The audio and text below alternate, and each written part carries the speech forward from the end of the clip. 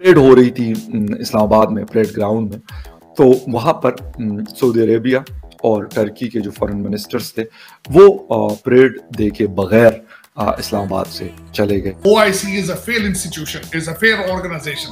कश्मीर और फलस्तीन पे वो कुछ नहीं कर सके, तो उनको बुला के पाकिस्तान में ये शहनशाह अकबर ने गुर्बत का मजाक क्यों उड़ाया अपने पाकिस्तान का, जहाँ पे 2 वक्त के खाने के लिए लोग तड़प रहे हैं। जो इमरान खान साहब हैं उन्होंने जो तकरीर की है OIC में, एक तो बड़ा अहम सवाल ये कि उन्होंने कश्मीर के मौजू पर तो ठोक बजा के बात की। आप जानते हैं वहाँ पर बाहर से लाकर लोगों को जो है वहाँ पर बसाया जा रहा है, ये किया जा रहा है। ये मेरा ख्याल है उन्होंने कश्मीर फाइल्स की जो मूवी आई है, वजीर आजम ने ये जो बात की, मुझे लगता है कि ये उसकी वजह से उन्होंने वो वाली बात उठाई है। लेकिन दिलचस्प बात ये है कि वजीर आजम कश्मीर की, पैलेस्टीनियंस की और यमन के जो वहाँ पर मुसलमान हैं उनकी भी बात कर रहे हैं OIC में, लेकिन उन्होंने किसकी बात नहीं की? इस्लामोफोबिया की बात करके जो चाइना के वीगर मुस्लिम से उनकी बात नहीं की। क्यों? उन्होंने कश्मीर पर भी बात की, उन्होंने पैलेस्टीन पर भी बात की, लेकिन उन्होंने वीगर मुस्लिम्स की बात नहीं की। बड़े ही अफसोस की बात है। सिर्फ आप सऊदी अरेबिया जो कि हेड ऑफ OIC है उनकी तनकीद ही कर रहे हैं ना आप, कि आप लोग जो हैं ये क्या कर रहे हैं। उनके ऊपर आप इनके पास पैसे लेने चले जाते हैं, भीख मांगने चले जाते हैं।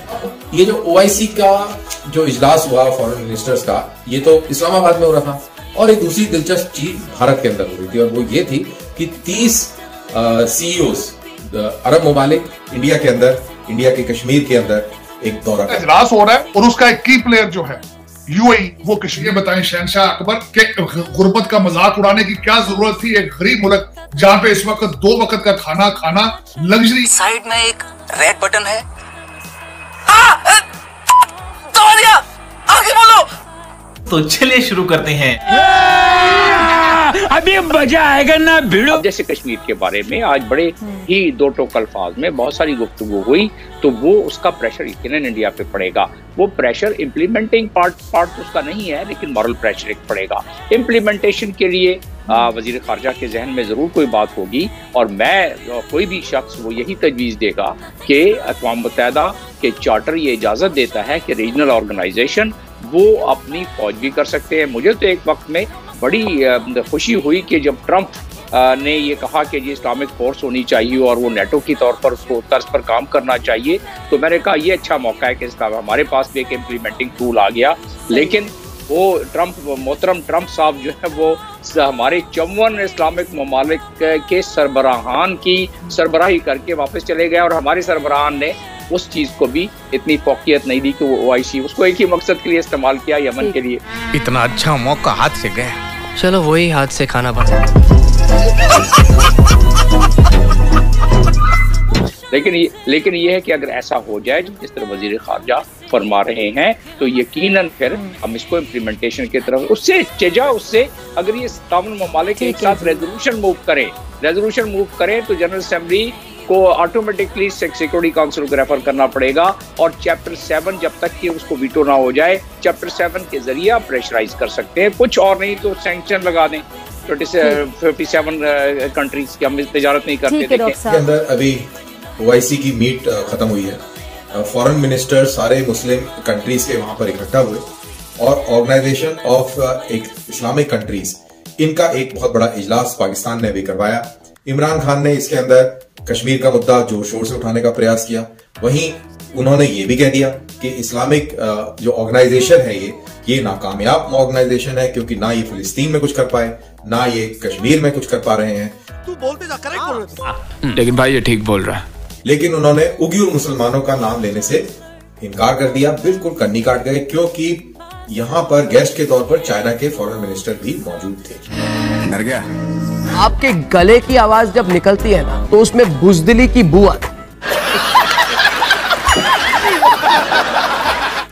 वहीं पाकिस्तान के शाह महमूद कुरैशी ने भी कश्मीरी गाना गाया, लेकिन इनके कश्मीर के गाने में किसी भी फॉरेन मिनिस्टर ने या डेलीगेशन ने सुर से सुर नहीं मिलाया, ताल नहीं ठोकी। अब ये जो OIC का जो इजलास हुआ फॉरेन मिनिस्टर्स का, ये तो इस्लामाबाद में हो रहा था। और एक दूसरी दिलचस्प चीज भारत के अंदर हो रही थी, और वो ये थी कि 30 CEOs अरब ममालिक और भारत के 30 बड़े टॉप CEOs इंडिया के अंदर, इंडिया के कश्मीर के अंदर एक दौरा कर रहे हैं।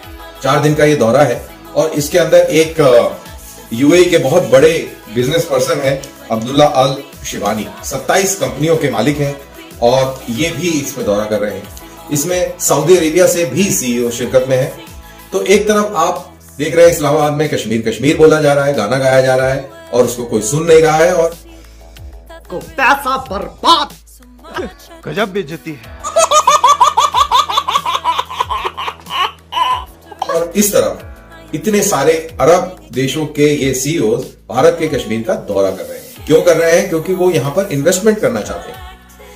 उम्मीद ये है कि अगले 6 महीने के अंदर इन अरबियों की बदौलत कश्मीर के अंदर 70,000 करोड़ का इन्वेस्टमेंट हो सकता है।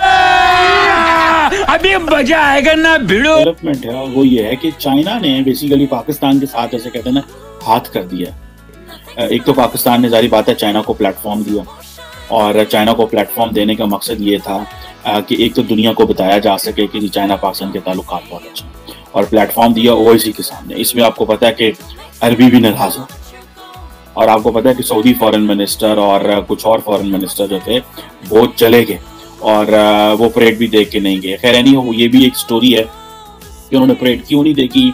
आई थिंक कुवैती थे और कुछ और अरब ममालिक के तुर्की के फॉरेन मिनिस्टर जो थे वो भी चले गए और उन्होंने भी परेड नहीं देखी। मैं तो समझ गया था कि ये तुम्हारे लोग की तरह आउटलाइन का आदमी है।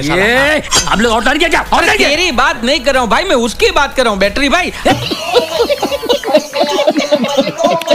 और उनको पता था शायद कि एक तो शायद हो सकता है कोई मसरूफियत हो, लेकिन जितने हमारे करीबी ताल्लुकात हैं चाइना के टर्की के साथ और सऊदी अरब के साथ, तो वो जो हमने सऊदीज और टर्की जो नहीं रहे यहाँ पे, वो भी एक क्वेश्चन मार्क है कि सऊदी फॉरेन मिनिस्टर का टर्किश फॉरेन मिनिस्टर का यहाँ पे ना रहने का क्या मकसद था। यानी कि 23 मार्च की परेड के हवाले से हमने कहा था कि जो फॉरेन मिनिस्टर्स आएंगे उनको हम पहले वो अपना ओआईसी का एक सेशन अटेंड करेंगे जिसके लिए वो सारी बातें आ रहे हैं, फिर उसके बाद वो 23 मार्च की परेड देखेंगे। तो उसमें चाइनीज फॉरेन मिनिस्टर वांग जी तो वहाँ मौजूद थे, लेकिन कोई और फॉरेन मिनिस्टर जो कि इंपॉर्टेंट कंट्रीज के वो मौजूद नहीं थे। बाकी काफी वैसे फॉरेन मिनिस्टर्स वहाँ पे मौजूद थे। इट मीन्स के सऊदीज और टर्क्स जो है वो नाराज हुए और एक दिन वो रात रह के वो चले गए। ये OIC is equal to 0 + 0 is equal to 0। लेकिन सारी बात, और इमरान खान ने भी तो ओआईसी के फॉरेन मिनिस्टर्स को सामने बैठा के वो इंसल्ट की उन बेचारों की, जो बंदा वो सोचते होंगे हम कहाँ फंस गए। तो आप अमीर मुल्क हो, पावरफुल मुल्क हो, तो फिर आप इस किस्म की बात अफोर्ड कर सकते हैं और करनी भी चाहिए। मगर आप जो हमारी सिचुएशन में है, एक तरफ आप सऊदी अरेबिया जो कि हेड ऑफ ओआईसी है उनकी तनकीद ही कर रहे हैं ना आप, कि आप लोग जो है ये क्या कर रहे हैं। उनके ऊपर आप इनके पास पैसे लेने चले जाते हैं, भीख मांगने चले जाते हैं। तो फिर ये दोनों चीज़ें साथ साथ चलती नहीं है। तो फैसला ये कर लें कि आपने असूलों के ऊपर खड़ा होना है, फुल सपोर्ट, अवाम आपके साथ है, तो फिर मेहरबानी करके अवाम के लिए कुछ रोटी पानी का भी इंतजाम कर लें। आपका अपना रोटी पानी तो पक्का है ना, आपके तो इतने अमीर लोग हैं आप, तो आपको तो फर्क नहीं पड़ता। या कल को बैंकरप्सी होती है इस मुल्क की, तो आपके तो पहले कुछ पैसे बाहर पड़े हुए हैं, कुछ ले गए हैं, कुछ इधर हैं, पता नहीं कितने महल हैं, कितने घर हैं, आपको क्या फर्क पड़ेगा। आपको तो टमाटर की कीमत का भी नहीं। साहब ने ये फरमाया है, जो बिलावल साहब है वो इंडिया की जबान बोल रहे हैं, जो ओआईसी के हवाले से। लेकिन इंडिया, देखिए सबसे बड़ी बात तो ये है कि एक तो इनका कंपैरिजन करना पाकिस्तान और इंडिया का बिल्कुल ज्यादा, पाकिस्तान के साथ उनके, एक तो उनका साइज देखें, उनकी एजुकेशन के स्टैंडर्ड देखें, उनकी जमहूरियत की हालत देखें, उनकी फॉरेन पॉलिसी की हालत देखें, डॉक्टर जयशंकर का कंपैरिजन देखें, आप करके देखें। आपको मैं ये नहीं, बिल्कुल नहीं, मैं पाकिस्तान को सनब नहीं करूंगा, मैं बिल्कुल, ये कई दफा लोग समझते हैं शायद हम anti Pakistan is my Motherland, इसमें कोई शक नहीं है। लेकिन ये कि अगर किसी की अच्छी चीज हो तो वो लाजमी उसकी बात करनी चाहिए। डॉक्टर जयशंकर का कैलिबर देखें, उनकी डेडिकेशन देखें फॉर इंडिया, किस तरीके से उन्होंने इंडिया को कनेक्ट किया है दूसरे ममालिक के साथ। I am surprise, I am shocked. देखिए किस तरीके से भारत रूस से सस्ता तेल ले। लोग तो कह रहे हैं इमरान खान पूरी दुनिया के लीडर इस वक्त मुस्लिम उम्मा को लीड कर रहे हैं।